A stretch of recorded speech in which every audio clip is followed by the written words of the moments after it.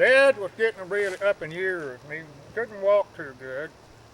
Like me now, I can certainly understand and sympathize with him.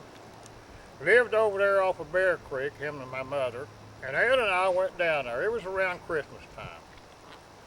We were going to spend the night and visit a little bit. Well, Dad's got this two-bit coon dog that I pretty much knew wasn't worth nothing.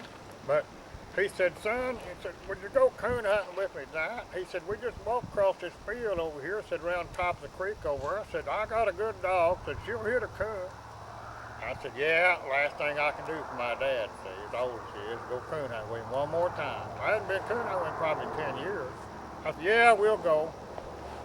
Anyway, well, we wait a good after dark, you know, and we get our lights lit up, and we take around that field with this two-bit dog he's got. And we get across that field, there's a big holler come up there, and that dog hid over on the other side of that holler. Opened up real good.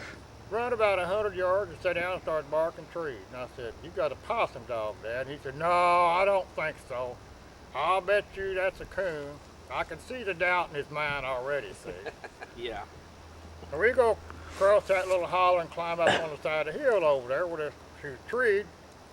They treed up a big old post oak tree, and it was hollow. It had a hole up there about 25 foot up.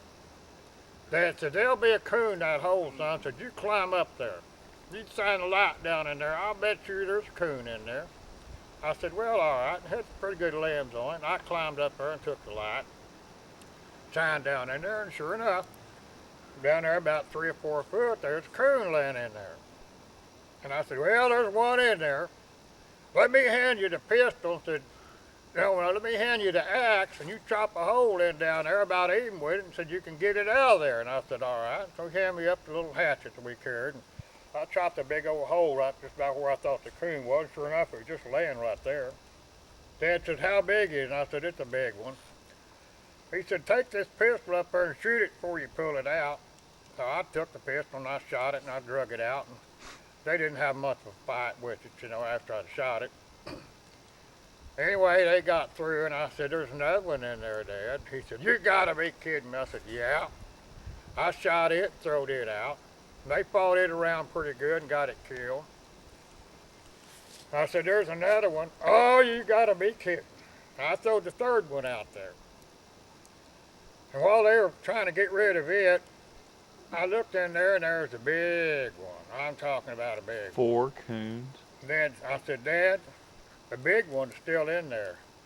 Oh, we're give out, son. I said, shoot it right in the head before you throw it out. And I said, all right. And I just stuck the pistol up in the air and fired it. Oh no. Trying to lie there real good, and I eased my hand in and grabbed that big old coon by the hind leg, and I throwed it out fully alive right on top of him and that two-bit dog. And Dad had a club, so he's having to help that two-bit dog, you know, all the time. He had him a club, and I'm telling you what, you ain't never heard anything like it. That dog was squealing, that coon was squealing, and Dad was cussing, going off that hill all the way down. They fought that coon all the way down that hill into that creek down there. 10 minutes went by, all the cussing and the screaming and the hollering, and them dogs and the coon and Dad, you never heard anything like it. If I'd have had a camera and just audio, I'd be a millionaire. Yeah, they finally got it killed. Well, Dad got even with me. He made me carry all four of them coons a half a mile to the house.